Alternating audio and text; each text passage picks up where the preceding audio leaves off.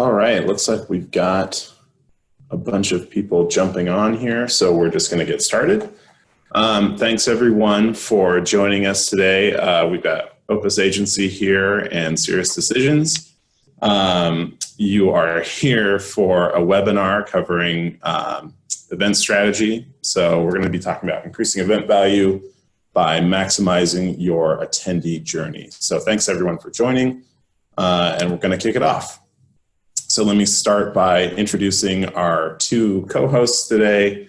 We have got Jessica Brown from Opus Agency and Cherie Keith from SiriusDecisions. So Cherie, why don't you go ahead and introduce yourself?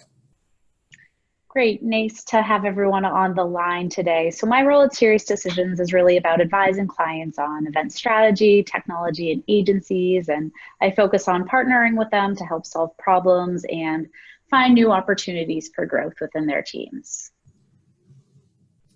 Hi everyone, thanks for joining us today. I've been Opus for nearly 15 years, and during this time I've produced a ton of different types of events, from small council meetings for 30 people all the way to mega conferences where you've got tens upon tens of thousands of attendees across multiple resorts. And so just about every type of event in between. More recently, I've been focused on helping our clients align their goals with their event strategy, which is what I'm really passionate about. How can we leverage event strategy to help maximize the attendee experience? So let's dig in and cover what we're going to talk about today. So often when a decision is made to have an event, it's really easy to jump immediately into reactionary mode. You're looking for a venue, those magical set of dates that work for all of your executives, and it's pretty much off to the races. But it's during that ramp up phase that strategy can easily be forgotten. So that's actually the most important part of your event, because without those clear objectives, you're just spending a lot of money and then hoping that you can justify the ROI afterwards. So our goal today is to help take out any guesswork out of that conversation and how you plan for it from the get-go. So we're going to talk about making event strategy core to your planning process, starting with the kickoff, how you can use event strategy to mature your event, utilizing data to create continuity across all of your events, justifying value with hard data rather than just anecdotal feedback, and then leveraging data to inform the experiences that you're creating for your customers.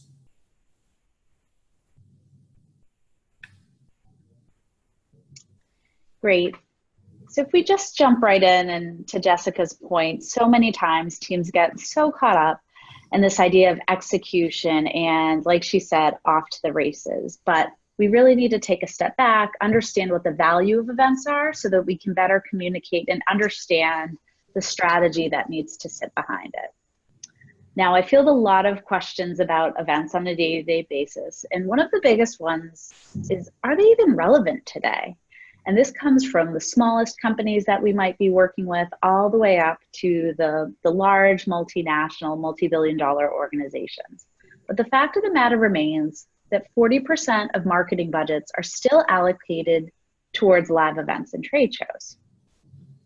But more importantly, live events, so meaning industry conferences, trade shows, and vendor-hosted events, are the #1 rated interaction that buyers reported when they go through their purchasing process. So not only are we still spending a lot of money there, and that's not a bad thing necessarily as long as we track it in the right way, buyers are going to events and it's helping them inform their decision-making process. So they are still relevant. And there are things that we can do, I think, that we'll talk about over the next few slides as to how to improve that overall strategic direction of events. So there are really 3 core principles when it comes down to what's important for a modern event strategy. If we think about that, as you see up on screen, it's about event support. So thinking about things that are done as far as supporting the overall readiness to do events. So that's about organizational interlock. It's making sure that there are processes in place, and also the technology that can help support the event itself, but also take advantage of the data that we can capture at events. Event logistics is pretty straightforward, and we won't spend a ton of time on that today, but this is really about that specialized skill set that looks at organizing and staging events, planning, and coordination.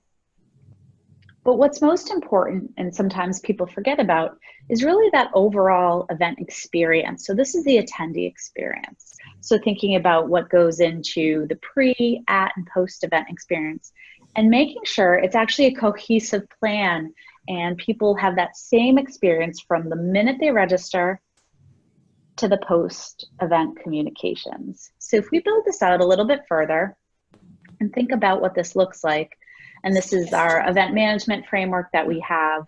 When we think about event support, there are actually 4 core areas that go into it. When it comes to principles, process, the organization, so making sure that all the team members that are either supporting or at events are involved is really important.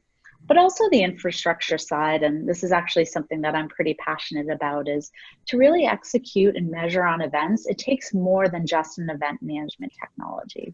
And I think the other thing is here's where interlock with people outside of your organization are also so important, like agencies that you might be using for your events, to make sure that people are on the same page and that everyone is marching towards the appropriate goals.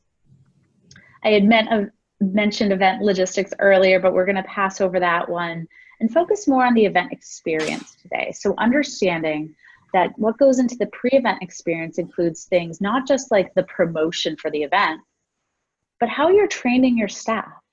It's oftentimes overlooked how important it is to make sure that the booth staff is as up-to-date as possible. I know I've had the experience at events where I go in and I get different stories from different people within the booth, and it's a major challenge for organizations. Certainly the audience experience and engagement is important as well as how you can amplify the content and conversations happening at the event through social media. And then post-event, I think there's obviously the reinforcement and the nurture and how you might act on an attendee's experience to better inform conversations that might happen in marketing and sales. But there's also this idea of the staff debriefing and making sure that we're taking learnings from the event. We're hearing from our staff about what worked and what didn't work so that we can use all of that, take all of this data in and capture it and use it in the right way.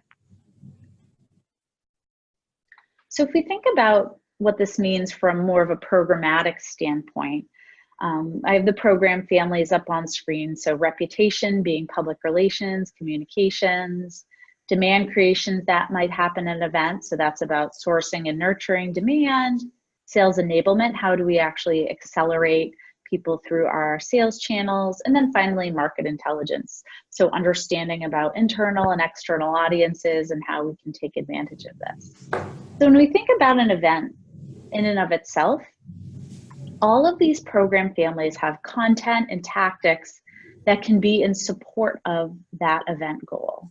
So this could be things like a press release that you might be putting out. This could be things like battle cards and playbooks that you're arming your sales team with so that they're up to speed. But also, when you think about what the tactics are, this is really about how we get that content in front of them. So whether that's through a blog, an email, or even the engagement that's happening on site, it's really important to make sure that you're accounting for all of these activities across these program families, since events are really a team sport, and people need to remember that they come in different shapes and sizes, but a lot of the core content and tactics that can support them are important too. But as we think about that, that's this example of a single event where we have these program families that are in support of the event. But we also need to keep in mind, if we look at the right-hand side of the screen here, is that some events are really out of campaign, and they are a campaign in and of themselves. So this could be a massive industry event that a vendor might put on. And actually, in this scenario, it's not about those program families and those tactics supporting an event. It's really that those are what drive the event. So it's flipping this notion on its head a little bit, but at the same time, making sure that all those program families are accounted for, and you're structuring this in a way that makes a lot of sense for people, but also make sure that we drive internal alignment and buy-in so that everyone's on the same page.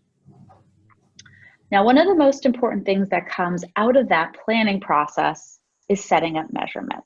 And measurement definitely should not be an afterthought, which oftentimes happens because we get so focused on executing.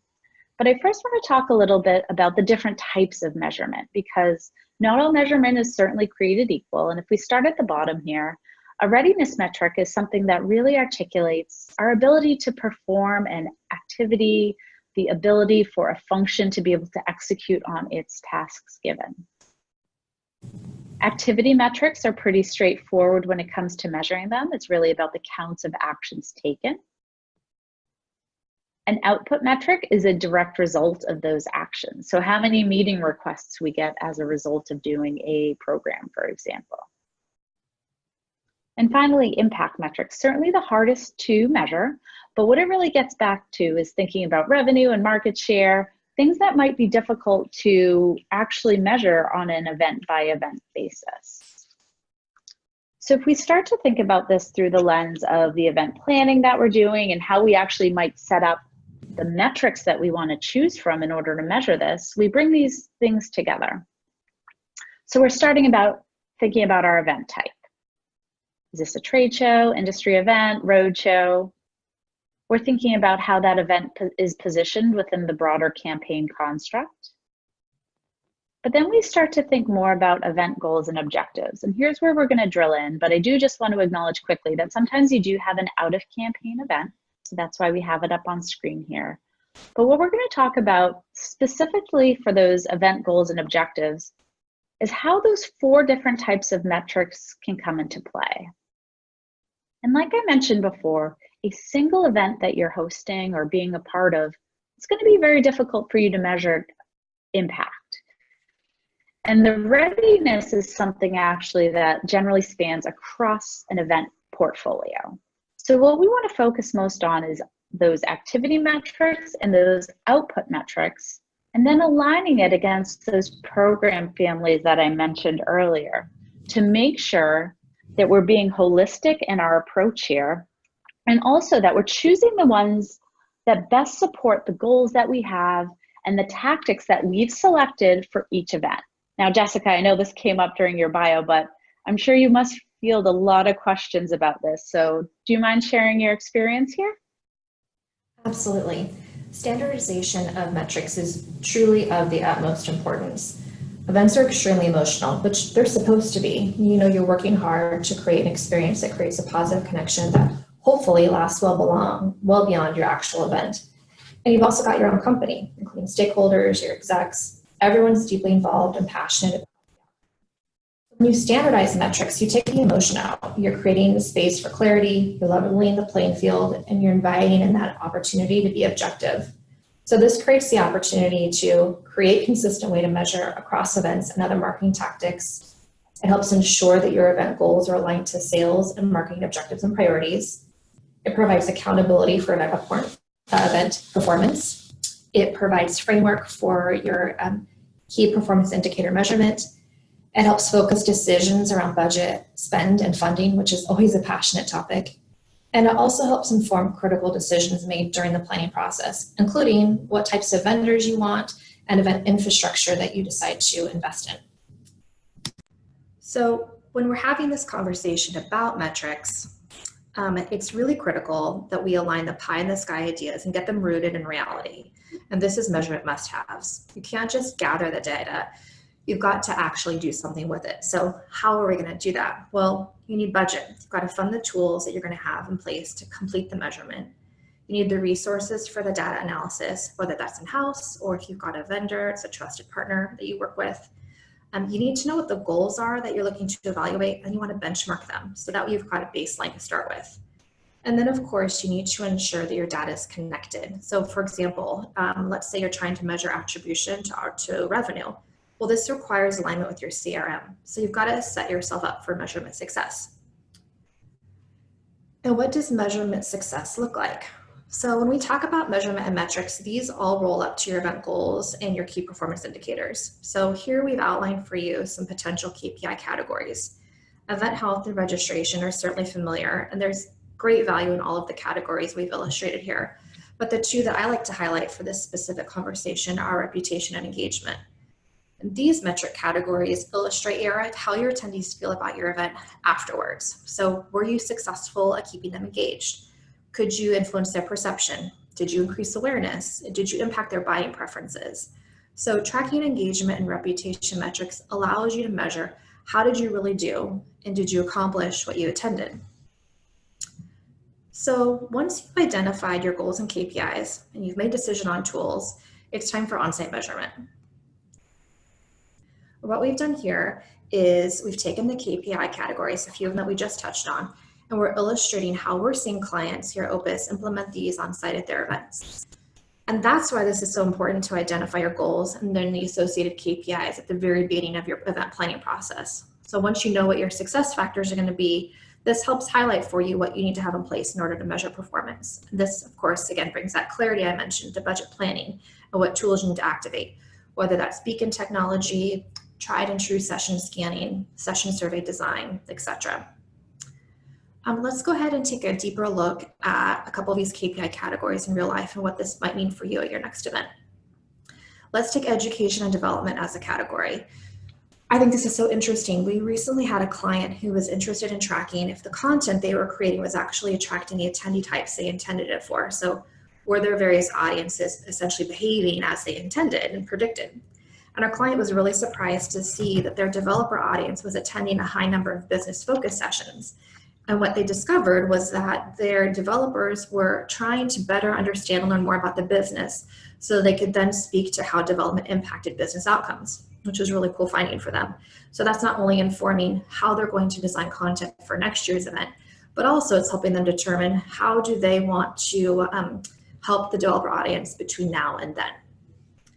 A second example we talked about is dwell time, and that's using radar technology and image processing, how you can track bodies and even eyeballs with sensors placed within an activation. So not just how many bodies moved through your booth or your activation you had off the show floor, but how much time did they spend in it? And did you actually accomplish the goals that you intended for the experience you designed? Let's go ahead and move on and talk about reputation as a category. One of the metrics you might be measuring is share of voice, and this could be driven by a give to get activation. Maybe your attendees are posting a photo with your event hashtags, and then once they show you the photo they posted to social media, they get to take a prize from a vending machine that's loaded with a bunch of different branded items. Another example might be tracking how many followers your keynote speakers had before the event versus after. So benchmarking data points pre-event helps you measure post-event impact. Now let's talk about what happens post-event, that analysis planning cycle. You believe you've had a great event, the buzz is even better than you've hoped for. And this is where the post-event data measurement has enormous value. At a high level, you're going to have the opportunity to use this post-event data measurement, and it's going to help you prove what you already know and back up your hunches, which is always very validating. It's going to allow you to uncover new insights as well as maybe things you haven't thought of yet. It's going to illustrate what truly was most impactful as well as what needs the most work. And it's going to help you educate other teams on the value of events, including the impact and ROI. So all of these post-event data, that whole measurement process, it helps you inform future decisions for next year's planning. We've identified 5 categories here.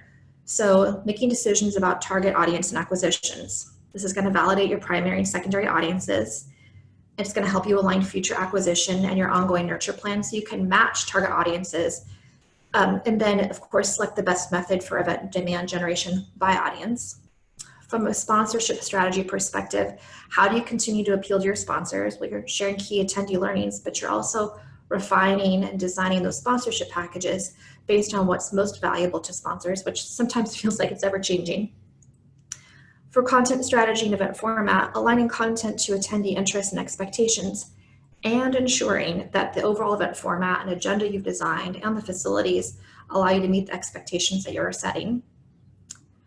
For sales, you're looking to provide them with a full picture of attendees post-event, including contact info, of course, and then using any learnings to cater to the specific needs of a potential or current customer.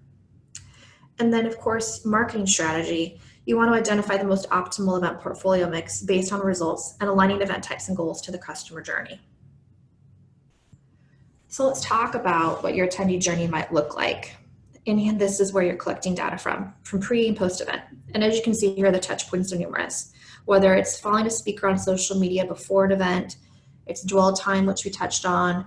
Maybe they've attended a certification exam, they completed a survey, they are engaging with your mobile app. And then post event, they posted about your event on Twitter, download a white paper, and you've even converted them to a sale. And where is all this data coming from? Well, I like this slide a lot because I think a lot of data sometimes can be really overwhelming when you're thinking about the metrics that you want to gather. But where this is all coming from is a really well-developed plan. And this illustrates the data sources. So pre-event, you've got lots of campaigns, social media, paid search, email marketing. It's website analytics from your website, Onsite, tried and true badge scanning, registration, of course, mobile app. And then post-event, social media, what did actually all the post-event survey data say, sales tracking, and etc. And so this really brings clarity and simplifies what your strategy might look like.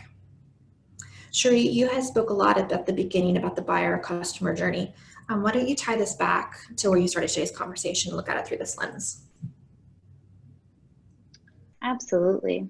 So just like every buyer's journey is different, so important is then how we use that data that Jessica just mentioned to actually inform our understanding and how we can actually use that information across the entire journey that someone's on. So understanding more about the sessions that someone attended could be a great way to understand how to prioritize your upcoming webinars, for example, or being able to share the data about the sessions people attended or the conversations that they may have had at the show within a contact record and your Salesforce automation system could greatly change the conversation that one of your sales reps has with that person in the future. So I think it really comes down to how we take that data through all those sources that Jessica mentioned, and then how we can integrate it across the idea of the buyer's journey or the personas that you have in place to make sure that you're really closing the loop across the marketing, across the events team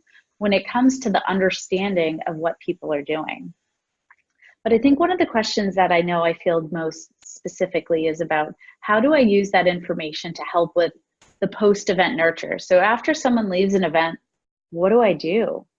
And I think one of the most important things to remember, unless someone tells you explicitly so, is that an event interaction in and of itself probably isn't going to drive a sale, especially if we think about consensus and committee buying scenarios that are, several months to years long, take multiple people. You really need to ask yourself 3 questions coming out of the event. If someone asks to be contacted immediately, how quickly do we get them into sales hands? How does this play into our target account strategy? We need to ask ourselves about what to do with people that might not have had exact contact with us, but match us highly from a ideal company profile perspective. And then also, what should we do if we didn't have contact with them and we have a low match from them? Should they be placed into a long-term maintenance stream and nurture, or maybe not? And even if we do put them in there, maybe we need to remove them in a few months if there aren't any interactions. And I think that really leads to this idea of the maturity of a nurture approach. And we really see this coming down in 3 ways. And if you start at the top, so that's least mature, this is really where, and we call it random sequential nurturing. This is where nurture is an afterthought. We're just taking existing content that we have, and there's not really a logical flow of content, very little alignment to the buyer's journey as well. But when companies realize that, recognize it, and are able to move on for it after an event, for example, for their nurtures, we're thinking about things in this aligned sequential nature. So the content is grouped into buyer journey stages. There's some flow, but again, all prospects are experiencing the same flow. And we all know not everyone isn't on the same track, and people are entering our perspective at different points in their buyer's journey. But at the highest level of what we call pre-marketing qualified lead nurture maturity, every touch is optimized for both relevance and conversion. as messaging and content is adapted to each prospect's progress through the phases of the buyer's journey. And the key here is really that the flow is adaptive based on the signals that we're hearing from that person based on their interaction levels. And this is also adaptive in nature when you think about the signals that you might be having from other people within that account group.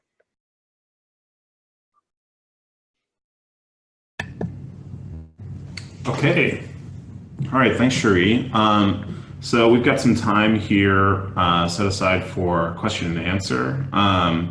If you've got a question, there's a little Q&A pod that you should see at the bottom of your screen. So please feel free to submit any questions you might have via the Q&A pod, and we'll answer as many as we can in the time that we have remaining.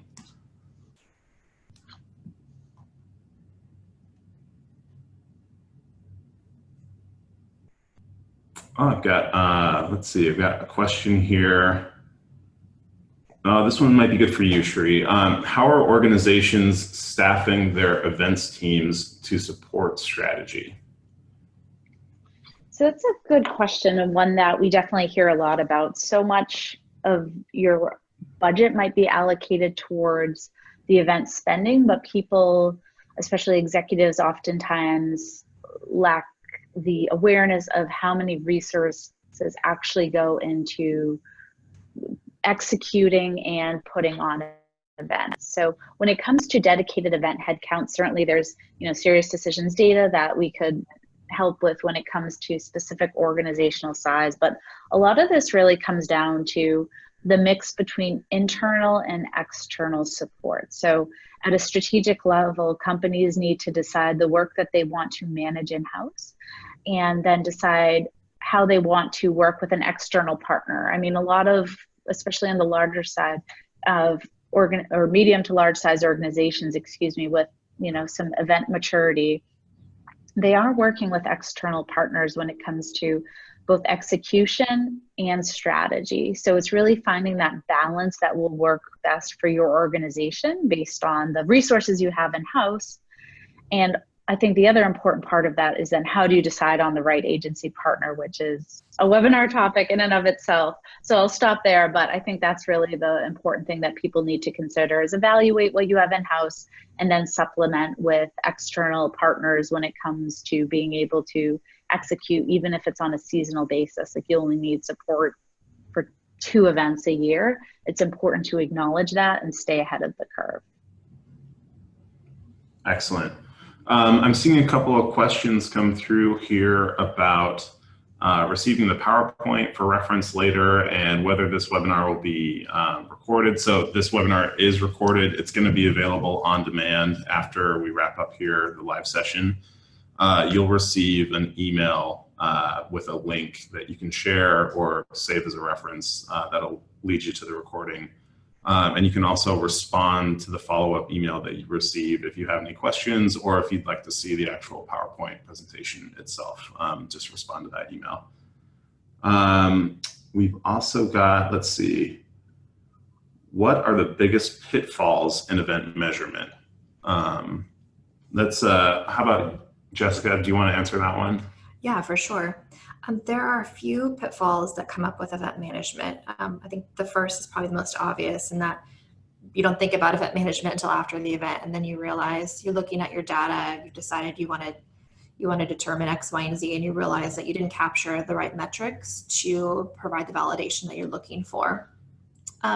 Something else that we see happen often is that there is a conversation happening early on in the planning process where clients are identifying goals and their KPIs, but then there's a lack of conviction to stick to them. And I think a good example of this is we saw a client who had an event that was specifically for prospects and registration was trending low and it wasn't as high. And so there was a lot of worry and panic internally. And so they rallied sales and said to the sales team, we need you to get your customers there. And so they did what all great salespeople do, and they got a lot of customers there. But then there was negative feedback after the event because they were annoyed that they had spent all this time to come to an event and the content wasn't relative to them whatsoever. And so sticking to your goals and KPIs, what would the goal of the event was for prospects. And so that's the conversation that has to continue throughout the planning process, staying true to what it is, the goal that you're trying to accomplish with the event.